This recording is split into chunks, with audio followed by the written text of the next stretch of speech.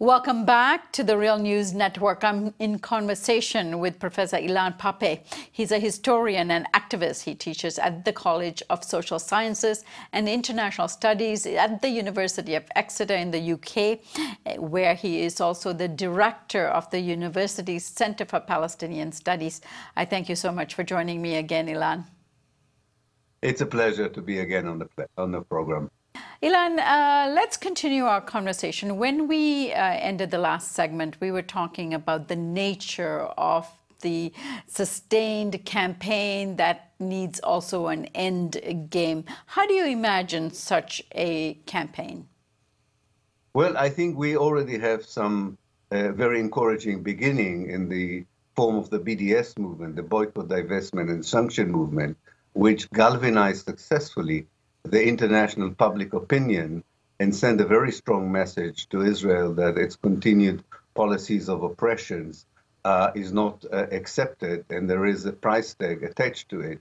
Now, of course, the next stage is to move from boycott to sanctions, namely the ability to bring governments also to recognize that this is a legitimate and a very useful tool in order, first of all, to stop the oppression on the ground before creating conducive circumstances for negotiations about the future. There are also indications that this might be beginning with the EU sanctions on Israeli goods that come from the occupied West Bank. So it's a long journey, but I think this particular path, the path of international pressure, is quite successful. What we are looking for is to see more progress on the Palestinian domain, where there is lack of unity, there are no clear messages about the vision of the future, and there's a bit of a disarray, quite understandably, given the fragmentation of the Palestinian people in the last 70 years. But nonetheless, they are the only ones who can push forward the liberation project and give us all an indication where it should go. All right, Ilan, now you mentioned the BDS campaign and its successes, and those are rather notable. You know, we have more and more student organizations in the diaspora taking up this mission. It is also something that has the resources behind it, and we see its success. And that's very encouraging.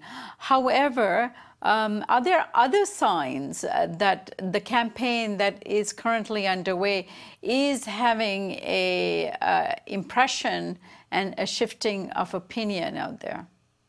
Well, it's difficult to find yet clear indication that this position in the civil society has reached the upper echelons of policy making.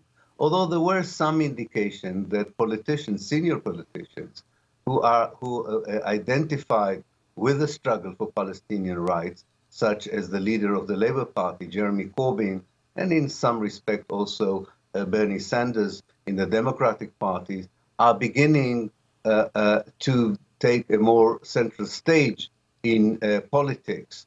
It's still not enough, and it will take a while, I think, before brave politicians would represent authentically and democratically what most of the electorate around the world would like them to do with regard to Palestine. It's not that the societies do not anticipate a more serious action on behalf of the Palestinians. It's just that the politicians are too timid or uninterested at this stage to represent these demands from bottom up.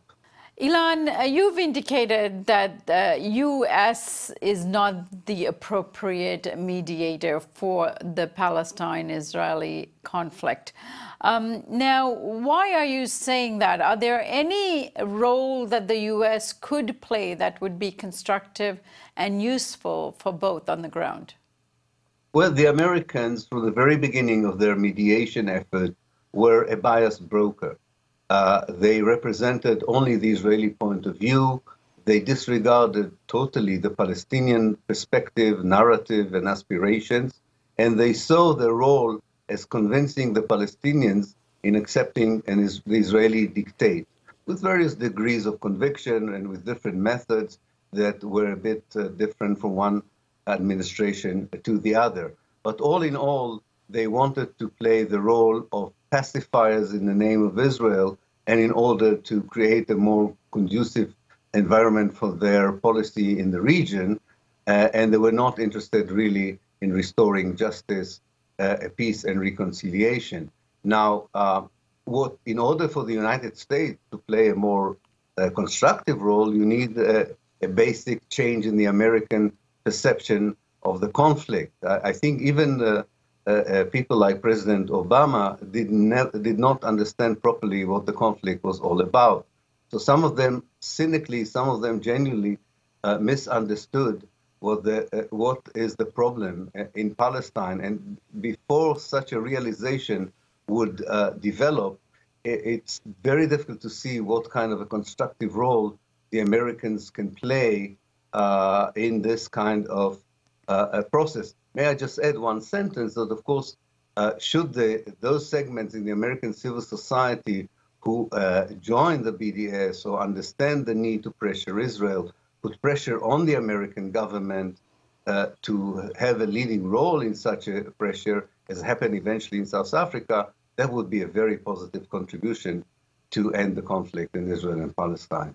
And Ilan, finally, let me ask you, what needs to take place within Israel and the state of Israel, as well as in terms of civil society in Israel, for a constructive dialogue to really take root?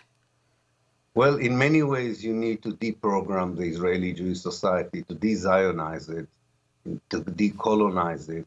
There is a certain ideology that informs most of the Israeli Jews, which is racist, which doesn't have any place for a genuine reconciliation with the Palestinians. And until we don't start such a process of transforming the Israeli mindset and basic attitudes to the Palestinians, which is based on human and civil rights, it would be very difficult to convince the Israeli society to give up the privileges that they have enjoyed in the last 70 years. And Ilan, before you go, were there a period since 1948 when this seemed possible in terms of the Israeli psyche, in terms of achieving peace? No, I think unfortunately the 70 years of Israel existence did not offer many periods or moments in which the kind of process I was talking about was possible. We have to remember that in 1948, the catastrophe left the Palestinians and Palestine in ruins, and it took a while for them to regroup, to create a liberation movement. And by the time they did it, the Israelis already established their control over the country and received international legitimacy for the dispossession and ethnic cleansing of Palestine. So I think we cannot really draw on any precedent from the past. We will have to create a fresh, a new approach if we really want to bring peace and reconciliation to this torn country. All right, Ilan, I thank you so much for joining us today. This has been a very interesting dialogue, and I hope that you can come on The Real News and continue to unpack and help people understand what has happened in the not only in Israel, Palestine, but also in the regional context to build that campaign you're talking about. Okay, I would love to do that. Thank you. And thank you for joining us here on the Real News Network.